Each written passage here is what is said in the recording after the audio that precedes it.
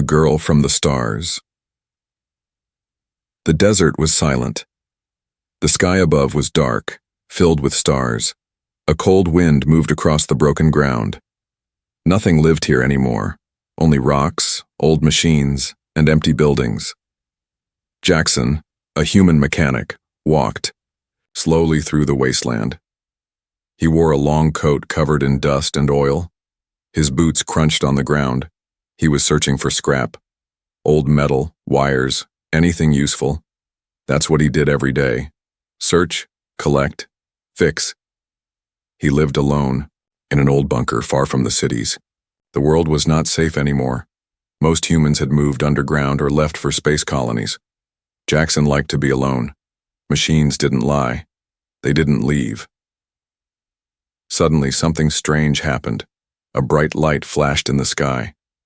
Jackson stopped and looked up. A blue light moved fast, falling from the stars like a shooting star, but it wasn't. It was too slow.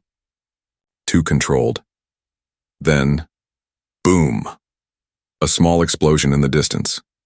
Dust and fire lit up the sky for a moment. Then silence again. Jackson narrowed his eyes. That wasn't normal, he said quietly. He climbed onto his rusty bike and rode toward the crash. After 20 minutes, he arrived. Smoke rose from the ground. Something had crashed into an old building. The roof was broken. Pieces of metal and wires were scattered everywhere. Jackson moved carefully. He had his flashlight and a small plasma tool in his hand, just in case. Then, he saw her. Lying on the ground was a small figure, not a robot, not human. It was something else. A girl. But her skin was not normal. It was soft silver, and it shimmered in the light. Her hair looked like flowing threads of glass. She was breathing but weak. Jackson froze. He had never seen anything like this. "Who are you?" he whispered. The girl didn't reply. Her eyes were closed. He looked around. No one else was there. No ship, no pod, just her. He didn't know what to do. Should he leave her? Call someone? But who? No one came to this place. And the military, they didn't help people anymore. He sighed. "You're lucky I'm still curious," he said. Jackson picked her up carefully. She was very light. He put her on the back of his bike and rode back home. Inside the bunker, Jackson placed the girl on a small bed. The room was warm and quiet. He checked her breathing. She was alive, but tired. Her arm was hurt, burned. Jackson cleaned the wound and wrapped it with a soft cloth. Hours passed. Jackson sat near her watching. Machines hummed in the background. A small robot floated near the ceiling, scanning her body slowly. Species unknown, it beeped. Life sign stable.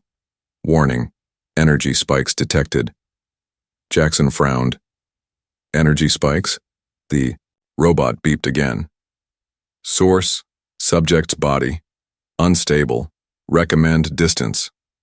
But Jackson didn't move away. He looked at the girl's face. Peaceful. She didn't look dangerous. Suddenly, her eyes opened. They glowed, soft blue, like stars. She looked at Jackson, confused and scared. Her mouth opened, but no words came out. "It's okay," Jackson said softly. He raised his hands to show he meant no harm. The girl blinked.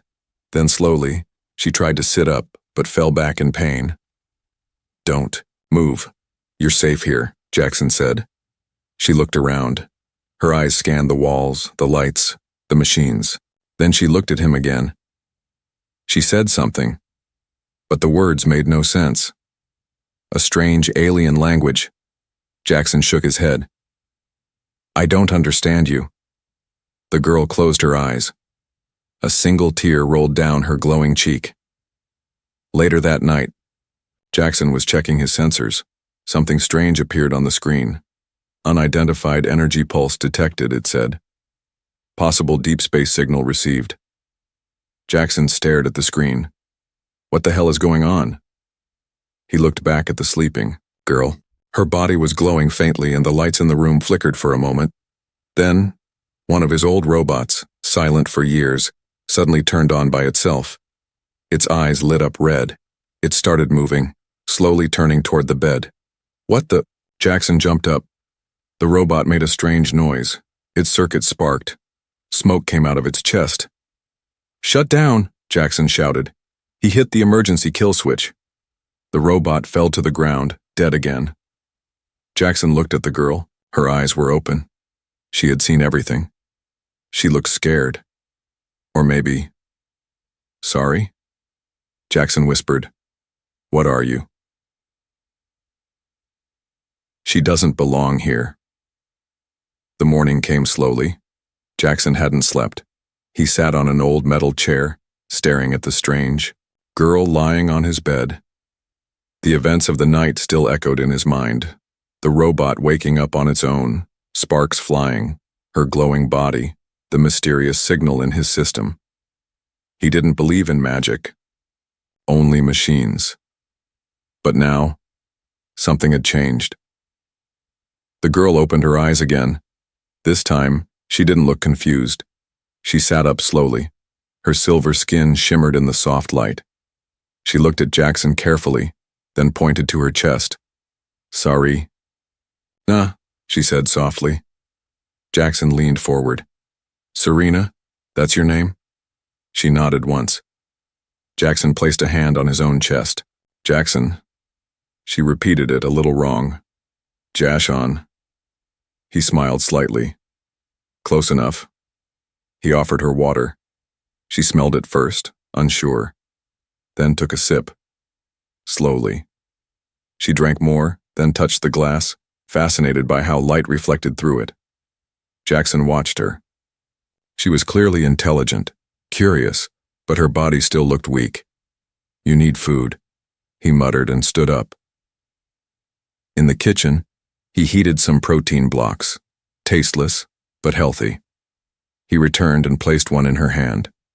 Serena studied it, sniffed it, then took a careful bite. She coughed once but chewed and swallowed. I know, Jackson said. Tastes like dirt, but it keeps you alive. She didn't understand the words, but she smiled faintly. That afternoon, Jackson scanned her body again. The results were strange. Her body isn't made like ours, he told his robot assistant Dax. Explain, Dax said in its metallic voice. She has no fingerprints, no blood, at least not like ours. Her cells store light, actual light like a battery. Her bones are made of something I don't even recognize. Dax beeped. Conclusion, not human. No kidding. Then came the alert again. Same as last. Night. Deep space signal detected. Source, inside subject. Jackson stared at the screen. The signal was coming from Serena. Somehow her body was sending out a pulse like a beacon. Someone could be tracking her. That night, Serena stood near the window looking at the stars. She held her hands near the glass like she missed the sky. Her eyes were wet again. Jackson came beside her. You miss home? He asked. She didn't understand, but she felt the question. She nodded. He tried something different. He drew a small picture on a screen. A round planet with rings and a small figure standing on it. Then a big explosion. The figure flies off, into space alone. He showed her. She watched the drawing carefully. When she saw the explosion part, her hand shook. She closed her eyes tightly. A tear dropped onto the screen. So he was right. Her home was gone. Later, Jackson showed her his workshop. Rows of broken bots, tools, machines, parts he'd collected for years. Serena moved between them slowly, her fingers tracing the metal, like it was something special. She stopped near an old flying drone. It was broken beyond repair. Jackson said, That used to fly. One of my first builds. Crashed into a wall on day one. She looked at him and then at the drone. She placed her hands on it. A soft hum filled the room. The drone began to glow faintly. Sparks jumped across its circuits. Jackson's eyes widened. What are you doing? Then the drone's lights turned on. It lifted slightly from the table. Alive again. Jackson stepped back, shocked. Serena removed her hands. The drone powered down and fell quietly. She fixed it, he whispered, with just her hands. But how? The peace didn't last. At exactly 2 a.m., every machine in Jackson's bunker turned off. The lights died. The power shut down. Total silence. Jackson grabbed a flashlight. Not good. Then his emergency radar blinked on. Red. Unidentified object approaching. He ran to the surface. In the sky, far away, a black shape hovered. A ship, small but fast. Military or something worse. They had found her. Jackson rushed. Back underground. We need to hide, he told Serena. She looked confused. The lights were flickering. Machines were acting strange again. He grabbed a scanner. The signal was active. Her body was sending a pulse every 30 seconds. Serena, they can find you because of this. He pointed to the screen, then to her. Her face changed. Fear. He didn't know what she was. But she wasn't safe here anymore. And neither was he. He shut down every comm line, every signal, every radio. Still, the outside radar pinged. Too late, he muttered. Outside, the black ship landed. Jackson locked the bunker doors and armed the defense system. It wasn't much, just some electric nets and a few traps, but it might slow them down. He handed Serena a small shock stick. She didn't know how to use it. He showed her. Then, from the monitor, he saw dark figures moving. 4 of them. Dressed, in black armor. No flags. No faces. Only cold helmets. They moved like shadows. One raised a scanner. Pointed toward the bunker. They know, Jackson said. He turned to Serena. We're not just hiding anymore. He pulled open a hatch in the floor. Get in. She hesitated. Trust me. Serena crawled in. The hatch closed. Jackson faced the door. As the lock lights turned red and the sound of heavy boots echoed above, Jackson whispered, You don't belong here, but maybe I can give you a place. The door exploded. Building her a home. Smoke filled the hallway. The metal door had been blown open with a blast charge. Sparks flew across the walls. Jackson's ears rang, but he stood with a plasma cutter in hand, ready. 3 soldiers entered. Their armor was black, their helmets smooth, faceless. They didn't speak, only scanned. Jackson fired a burst of light from his tool. It wasn't a weapon, but it bought him seconds. The first soldier stumbled back. The second raised a stun rifle. Jackson dove to the side. I don't want to fight, he shouted. They didn't care. This wasn't a rescue team, these were hunters. Down below in the hidden hatch, Serena sat in silence. The air was tight. The walls glowed faintly from her presence. Her hands were shaking.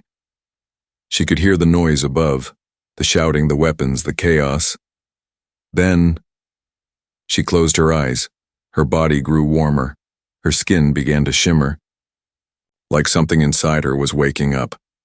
The lights in the room flickered, her heartbeat slowed, and something deep within her memory whispered, Defend.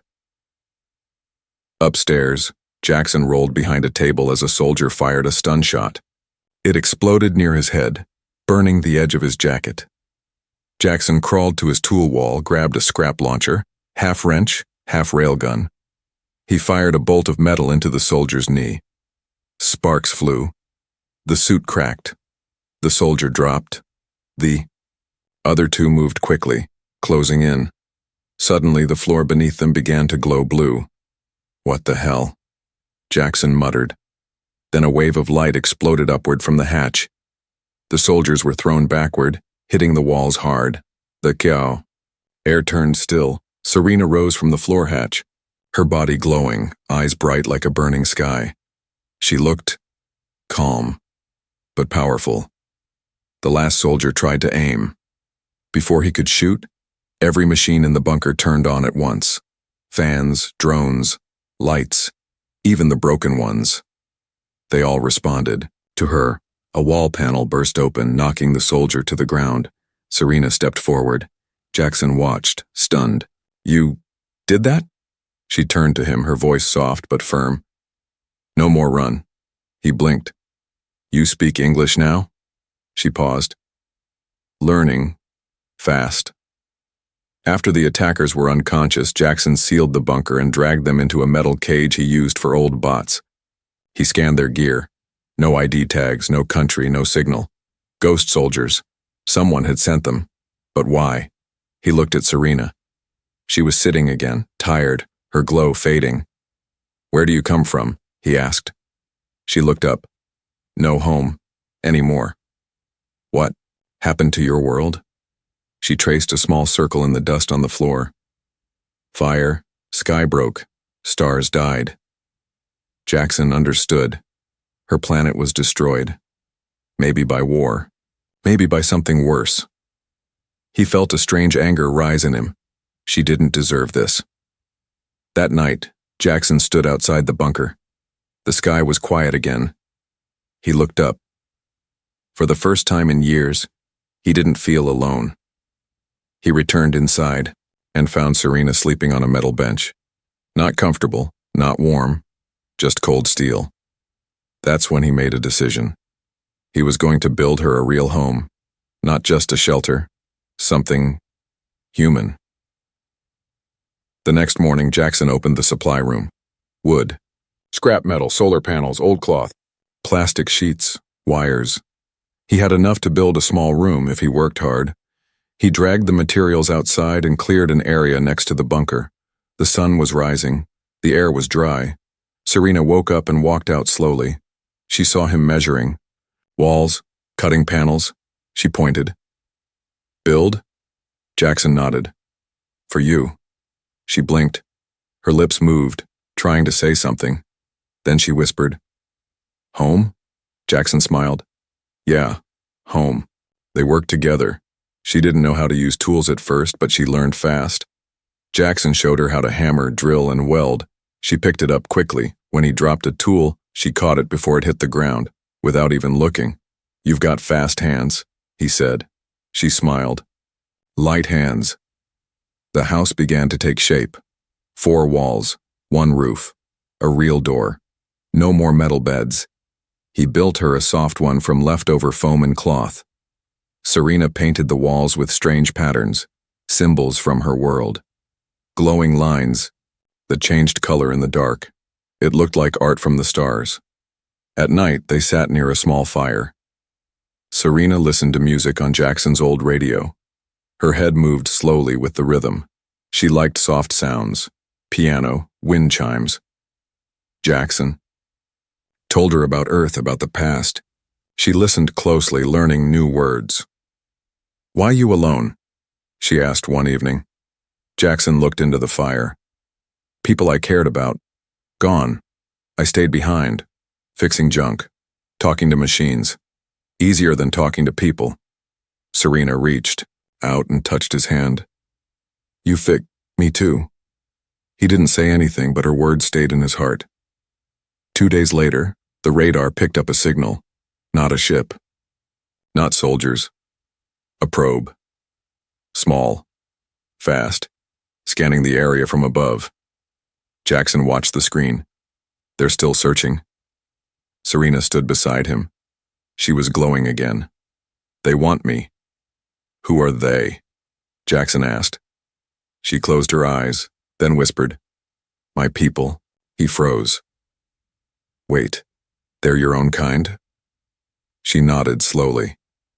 Not all kind. Some take, some destroy. So, you're not just running from enemies. You're running from your own? She nodded again. They want something, she added. Inside me. Jackson looked at her, thinking, You're not just some lost alien, are you? She looked at him, then said, I carry the last key. Jackson's heart skipped. Key to what? Serena's eyes glowed brighter. Something hidden, something powerful, I don't know yet. But they do. That night, Jackson added new defenses to the house, motion sensors, sound traps, EMP mines. He knew what was coming. Bigger ships, stronger enemies, and a war for something he didn't yet understand. But when he looked at the small glowing house next to the bunker and saw Serena sleeping peacefully inside, he knew one thing for sure: she didn't belong in this world, but he was going to fight to give her a place in it, no matter what. They're looking for her. The wind was louder than usual that night. It howled through the wasteland like a warning. Jackson stood on the bunker roof watching the stars, but he wasn't admiring them, he was scanning the sky. His radar beeped again. A new signal, smaller than a ship, bigger than a drone. It was watching from orbit. "They're close now," he whispered. Inside, Serena was silent. She sat by the window of her small scrap-built home watching the same stars. She didn't glow anymore, not since the last scan from above. It was like she was trying to hide her own light. But she couldn't. Not forever. Jackson returned inside. Locking the hatch, he checked all the sensors, weapons, traps. He added a few decoy heat signals around the property. Fake targets. Serena was standing behind him. "Signal getting stronger?" she asked in her soft, careful voice. He nodded. "They're narrowing in. I can jam them for a while, but not forever." She looked down. "I didn't want this. I know. I just wanted to be free." Jackson sat down, tired. "You're not a prisoner here, Serena." She looked at him. "I know, but they don't want freedom. They want control." He leaned forward. "You said you carry something. A key. What is it?" She hesitated, then walked to the center of the room. She pressed her hand on her chest. A soft blue light formed above her palm, a glowing sphere, small as a marble, floating. "This is not a weapon," she said, "but it unlocks something." Jackson stood up. "What?" "I don't know. I was chosen. They sent me away, before the world ended." "Who's they?" She looked up at him. "My mother. She was a keeper of the stars." Outside, the air changed. Jackson's radar beeped again, this time louder, sharper. "Incoming." A second ship entered the atmosphere. This one wasn't stealth. It came fast, loud, angry. It wasn't here to scan. It was here to take. Jackson ran outside and triggered the ground shields. Blue lines of energy spread around the house like a dome. It wouldn't stop a full strike, but it would buy time. Inside, Serena stood at the door. "Go to the shelter," Jackson said. She shook her head. "I'm not hiding. I can't protect you out here." "I'm done running," she replied. "If I leave again, I lose myself." Jackson stared at her glowing face. "Then we fight smart." They moved quickly. Jackson activated his old war drone, Rust. It had one arm, one eye, and a personality glitch that made it sing opera while shooting. Serena smiled when it booted up. "He sings," Jackson shrugged. "I programmed that part after too much whiskey." She didn't know what whiskey was, but she laughed, and it sounded like hope. The ship landed just over the ridge. It was sleek, black, shaped like a claw. Two tall beings stepped out. Not human, not like Serena either. Their skin was dark and ridged, their eyes red. Their armor had living patterns that moved across their chests. Hunters. Serena saw them on the screen. She went still. "I know them," she whispered. "They destroyed the archives. They burned planets looking for pieces of the vault." "The vault? A place hidden in space, created by my people. The last of our knowledge. Power, history. They think I'm a map." Jackson looked at her. "Are you?" "I don't know. Maybe. I am." The hunters moved fast. Within minutes, they reached the outer field. The ground traps activated. One was thrown backward by a mine. The other ducked and fired back. Rust sang loudly as he returned fire. One of his arms fell off. Jackson fired a bolt launcher from behind a metal shield. "We have 5 minutes before." "More arrive!" Serena stepped out, her hands glowed. The ground lit beneath her feet.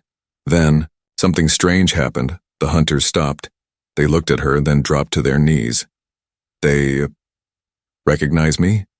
Serena asked, confused. Jackson didn't trust it. Careful. One of the hunters spoke in a growling alien tongue. Serena listened closely, her eyes filled with fear. What did he say? Jackson asked. He said, "We were not sent to capture. We were sent to awaken." Jackson raised his weapon. That's not comforting. Then came the real shock. The hunter pressed something into the ground. A ripple spread across the sand. Serena's body lit up. The blue orb inside her floated again, this time spinning faster. "No!" she shouted. She fell to her knees. Jackson rushed to her side. "Serena!" The world around them shifted. A vision exploded in her mind. Stars, systems, a ruined temple in space. A machine with rings spinning around a bright core. A voice, her mother's voice. "If you reach the gate, the universe will know the truth. But the key must awaken." Then silence. She opened her eyes. The hunters were gone. Dust in the wind. Jackson helped her stand. She looked at him, tears in her glowing eyes. "I saw the gate. It's real. It's waiting. But now they know I'm awake. More will come." Jackson stared at the stars above. "Then we can't stay here anymore." She nodded. "We must move. You and me. Together." He touched her shoulder gently. "You sure?" She smiled. "You built me a home. Now I'll help you build a path." The next day they packed everything into a scavenger hauler, an old vehicle Jackson had been restoring for years. Solar-powered, armed with rotating shields, half-tank, half-camper. Rust joined them, singing broken notes. As they drove across the desert, the sun behind them, Serena looked at the home Jackson built one last time. She whispered, "Home is not walls. It's who stands with you when the stars fall." Jackson didn't say anything, but he smiled and drove toward the unknown. Scrap versus soldiers. The desert wind howled behind them as the scavenger hauler sped forward, leaving only dust and old memories behind. Jackson didn't look back. Neither did Serena. Their home, the scrap hut they built with their hands, was gone. But they were alive. And now they had a mission. Find the gate. Unlock the truth. Stay ahead of whoever was hunting her. The sun hung low, casting long shadows across the wasteland. The hauler bumped along the rough terrain, solar panels glowing, tires grinding against loose rock. Inside the cockpit, Jackson checked the radar. "Dew." Screen pulsed red. "Incoming," he muttered. Serena leaned forward. "Another ship?" Jackson nodded grimly. "No. 4. In formation. Military style. They're tracking us." She closed her eyes. "They're not just hunters this time. These are soldiers." Meanwhile, above the atmosphere, a command vessel hovered, in low orbit, cloaked and silent. Inside, a figure stood watching Earth through the glass, tall, armored in obsidian black. His face was hidden behind a mask of metal and glowing red lines. "Commander Kirek. Activate ground teams," he ordered. "Zone 7, Sector Alpha. The girl has awakened. We cannot allow her to reach the gate." His voice was deep, cold, final. A fleet of drop pods launched from the underbelly of the ship, falling toward the Earth like silent meteors. Back on the yacht. Surface Jackson swerved the hauler into a narrow canyon, where rock walls would block scans. The vehicle hissed to a stop. He jumped out and opened the back, filled with scrap wires, panels, old drones, and spare parts. It was time to turn junk into survival. "We've got 2 hours, Max," he said. Serena stood beside him, her glow, dim but steady. "I'll help." They worked fast. Jackson built defense towers from broken pipe and solar spikes. Wires stretched across the canyon floor like tripwires, mini turrets with motion triggers. Russ, their one-armed singing warbot, was armed with a plasma hose and positioned on a ledge. Serena did more than help. She touched the machines, and they lit up faster. More stable, more powerful. Her energy connected to the technology. Hold on. Scrap became smart tech. When Jackson saw her hands bring a broken drone to life in seconds, he said, "You're not just a key, you're a power source." She didn't answer, but she knew it was true. Hours later, the attack begins. The first drop pod slammed into the canyon floor. It opened with a hiss. 5 soldiers stepped out. Tall, armored, armed with shock rifles and drones. No words, no hesitation. Jackson watched from the rocks above, whispering into his mic, "Trapline 1. Now." Serena tapped her wrist device. The first tripwire lit up. Boom. A dust mine exploded, throwing 2 soldiers into the air. The others spread out. Fast. Trained. Jackson dropped a scrap bomb from above. A metal net wired with stun charges. It wrapped around 1 soldier, shocking him into collapse. Then the rest opened fire. Laser bolts tore through the air, cutting into the rocks.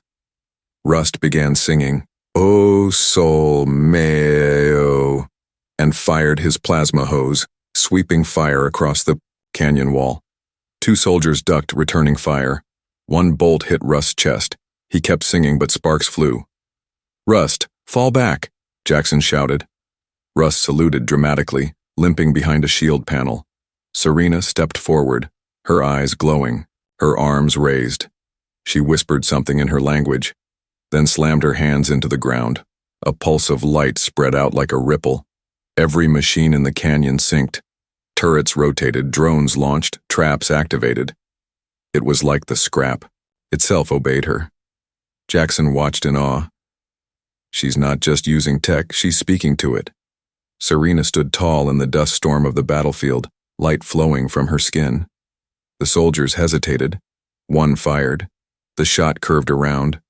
Her like space itself bent to avoid her. She raised her hand and their weapons stopped working. The lights dimmed. The rifles fell silent. Electronics dead. Only fear remained. Then came the second wave.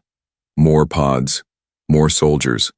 This time, mechanized walkers. 2-legged war machines with cannons.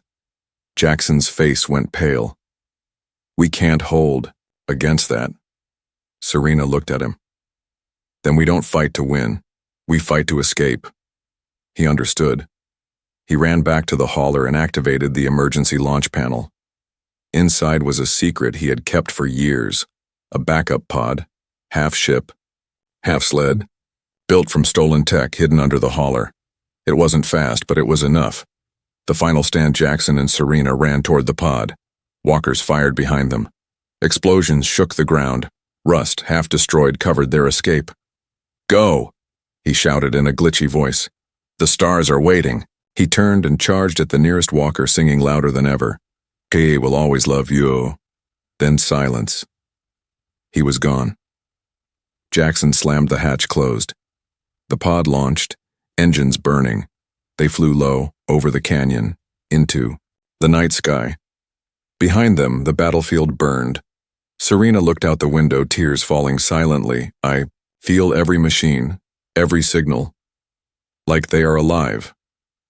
Jackson looked at her. "Then what are you?" She didn't answer at first, then softly said, "I am the last echo of a world that trusted machines with its soul." In orbit, Commander, Kyrek stood before a new hologram, an image of the gate, far away. Deep in space, he clenched his fists. She has grown stronger. She must be stopped before she remembers everything. Back on Earth, in the sky, the pod flew into the clouds. Jackson placed a hand on Serena's shoulder. "We're not safe yet, but we're moving forward," she nodded. "Then let's build a new path, one they can't follow." The stars were waiting. The power she carries. The stars passed slowly outside the window of the small escape pod.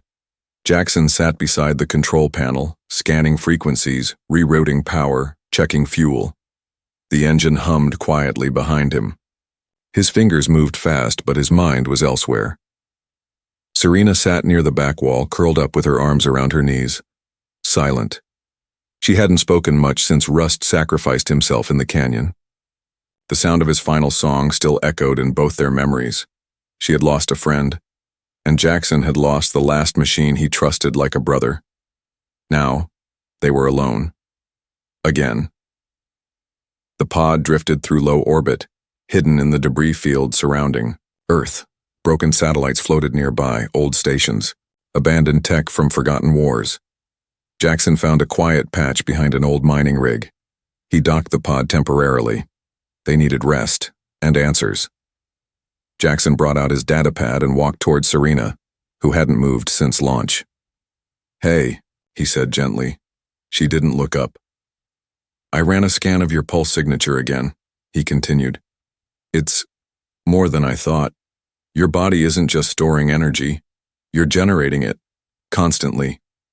She finally raised her head. Her eyes glowed dim blue. "I don't understand it either," she whispered. Jackson sat beside her. "You said your mother sent you away," he said. "You were chosen for something. You carry a key. But what is the key?" Serena looked down at her hand. The orb she once summoned was gone, but the energy inside her remained, waiting. She took a deep breath, then she touched her chest. A light spread slowly from her body, soft, pulsing, like a heartbeat made of stars. The air around her shimmered. Jackson backed away, shielding his eyes. Then something formed in the center of the pod, a holographic shape, not from the pod system. This came from her. It was a map, a star map. But unlike anything Jackson had ever seen, it wasn't just coordinates. It moved, shifted, reacted to her thoughts. "What is this?" he asked. Serena stood slowly, her voice quiet but steady. "My people built the vault, a place to store all we learned, all we feared to lose. Not just data, but history, weapons, memories, consciousness." Jackson stared at the floating stars. "So, this map leads to it?" "No," Serena replied. "I lead to it. I am the key. My DNA, my energy, my memory. I am the map. Only I can open the vault." Jackson's breath caught. "That's why they're chasing you." She nodded. "They want the vault for control, to restart what destroyed my world. And I was never meant to know what I carried. I was supposed to sleep until I reached the gate." He looked at her, trying to understand. "Then, what woke you up?" She turned to him. "You did." The pod shook, alarms beeped. "Something found us," Jackson said. He rushed to the console. "It's not a ship, it's a signal spike. A pulse." Serena stared at the wall. Her hands trembled. "They're scanning for me," she whispered. "They'll find me again. They always do." Jackson's fingers flew over the panel. "I'll block it." But nothing worked. The signal pierced every layer. Then came the voice, mechanical, deep and cruel, broadcast through their comms. "Return the carrier of the key and you may live. Resist and be erased." Jackson muted the channel. He looked at Serena. "We're not giving you up." She shook her head. "They won't stop. This is bigger than both of us." He leaned close. "Then we stop running." That night, while Jackson slept lightly near the cockpit, Serena walked quietly to the back chamber of the pod. She opened a sealed compartment filled with parts, wires, and a power core. She placed her hand over the core. A deep humming began. Lights flickered. Then, the room changed. She wasn't in the pod anymore. Serena's mind, the memory vault, she stood in a white space, infinite, quiet, peaceful. Her mother stood before her, a projection, stored deep inside her genetic memory. "My child," the image said, "if you're seeing this, then your power has awakened before its time." Serena's eyes filled with tears. "I don't understand. Why me?" "Because you are part of it," her mother replied. "The vault is not a place. It is alive. It needs someone to carry it, to guide it, to protect it."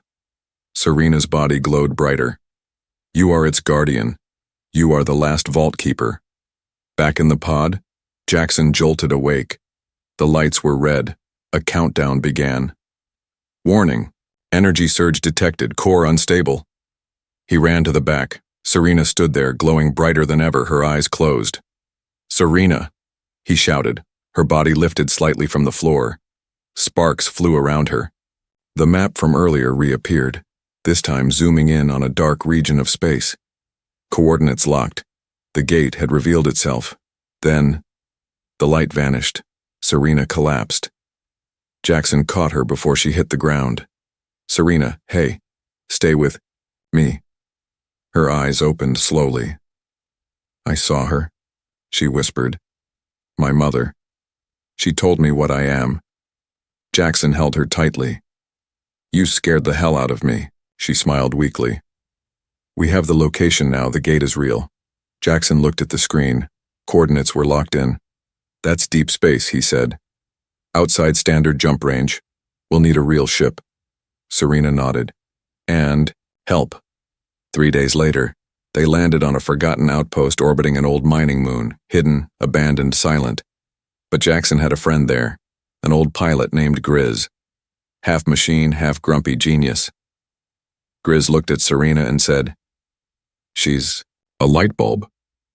You brought me a walking light bulb." "She's a vault keeper," Jackson replied. "And we need your ship." Grizz raised an eyebrow. "You better have a damn good story." "Oh," Jackson said. "It's a long one." That night, Serena stood outside the airlock staring at the stars. Her body no longer glowed out of fear. It glowed with purpose. Jackson joined her. "You sure you're ready for this?" he asked. "No," she said honestly. "But I trust you, and that's enough." He smiled. "Then let's go find the truth." Far away, deep in the shadows of space, Commander Kirek stood before a new gate.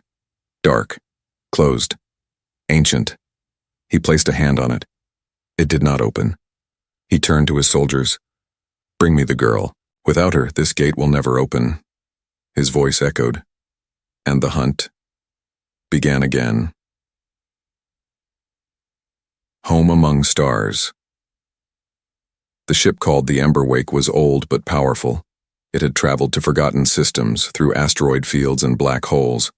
But now, it had a new mission, one more important than any before. Inside, Jackson and Serena stood near the navigation panel. Grizz, their grumpy cyborg pilot, lit a small cigar and leaned back in his seat. "You know," Grizz muttered, "I said I'd help. Not that I wanted to die flying into cursed space." Jackson grinned. "You say that every time." Grizz pointed to Serena. "This girl's glowing again. That never ends well." Serena didn't smile. Her eyes were fixed on the map in front of her. A starless void. No planets. No signs of life. And in the center, the gate. They reached it after 12 jumps. It didn't look like a door. It looked like a wound in space. A massive, floating ring, broken at the edges, half invisible, spinning slowly with strange symbols that shimmered like water. As they got closer, all signals went dead. No comms, no radar. Just silence. Jackson stared out the window. "That's it?" Serena stepped forward. Her hand glowed. The gate responded. It came alive. Lights along the ring's edge pulsed. Stars appeared inside it, like a mirror showing another galaxy. Then, a soft hum filled the ship. Identity recognized. Vault Keeper confirmed. "One key remains." Jackson turned to Serena. "What does that mean?" Serena's face changed. "There's another one." Before she could speak again, the ship shook violently. An alarm screamed. Grizz's face dropped. "We've got company." Out of warp from the shadows of deep space came a black warcruiser, Commander Kyrek's flagship.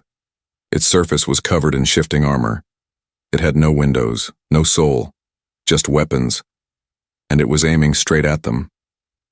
Kyrek stood on the bridge, his voice calm, hollow, mechanical. "Target acquired. Prepare boarding pods." He stepped forward, eyes glowing behind his mask. She will open the gate for us, or we will tear the truth from her bones. Back on the Ember Wake, Jackson activated defense mode, shields up, weapons armed.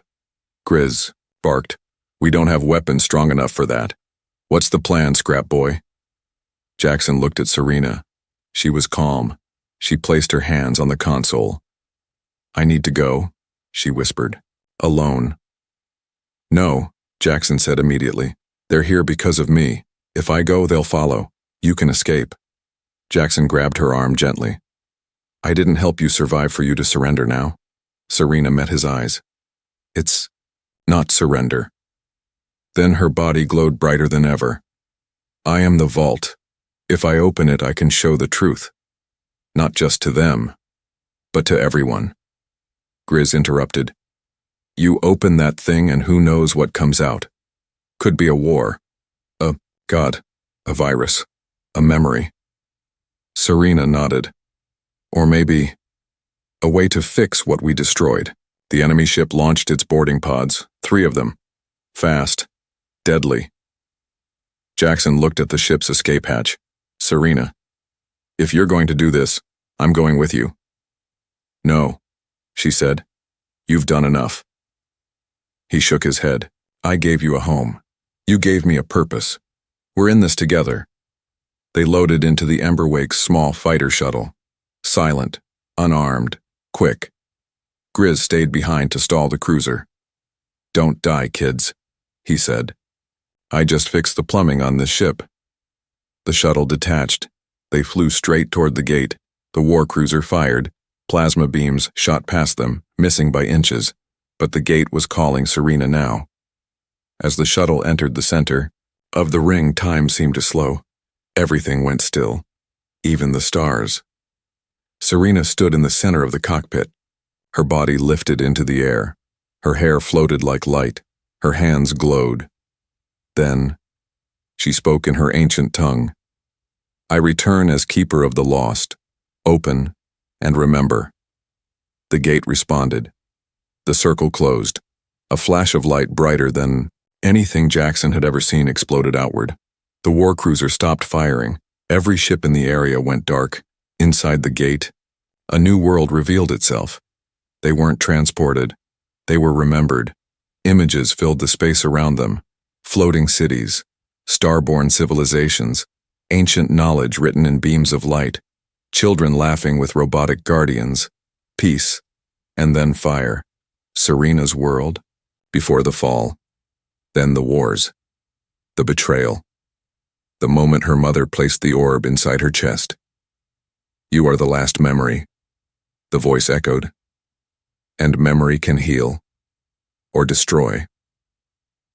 Jackson was silent. His hands trembled. He wasn't just seeing history, he was feeling it. Every moment, every loss. Serena was crying now. "They built so much," she whispered, "and lost it all." She looked at Jackson. "I don't want to be a weapon." "You're not," he said gently. "You're a reminder." Back outside, Kirek's ship powered back on. But something was different. The gate pulsed once, and sent out a wave. Kirek's ship stopped moving. Inside his control room, his mask cracked slightly. He saw the vision too. He saw what he was destroying. He screamed. "No, memory is weakness we were born to conquer." But the gate had already decided. The cruiser shut down permanently. Its weapons fell silent. And in the quiet, the stars shined again. Back on the Ember Wake, Jackson and Serena returned. Grizz watched them walk up the ramp, blinking. "So, did you open it?" Jackson just smiled. Serena looked up at the sky. "I didn't open a vault," she said. "I opened a truth." Grizz scratched his chin. "Well, whatever you did, my engines are humming like a love song." Jackson turned to Serena. "What, now?" she smiled. "Now, we build." "Build what?" She looked at the stars, at the empty systems waiting to be reborn. A home, a real one. Not just for me, for anyone who has nowhere to go. Epilogue, years later. A new planet, A small station, half buried in sand, half built from scrap. Children laugh as robots help grow crops. A flag waves, two hands reaching toward each other under a circle of stars. Serena stands on a hill watching. Beside her, Jackson wears old work gloves and a smile. Still not done fixing everything, he says. She smiles. That's the beauty of home. It's never finished. He hands her a new tool. Together they walk back down into the light.